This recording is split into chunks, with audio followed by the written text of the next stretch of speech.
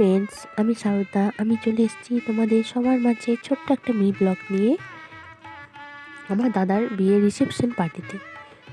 বিয়ের ডেকোরেশনটা কেমন হয়েছে তা আমার ভিডিওর মাধ্যমে তোমাদেরকে একটু শেয়ার করব।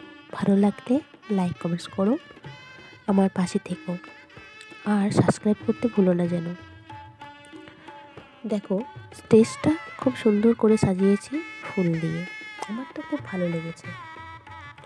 আর দু সাইডে বসার জন্য চেয়ারের ব্যবস্থা করে দেওয়া হয়েছে, সুন্দরভাবে সাজানো গোছানো। আজকালকার দিনে সেলফি প্লেস ছাড়া বিয়ে বাড়িটা ঠিক যেন মানায় না।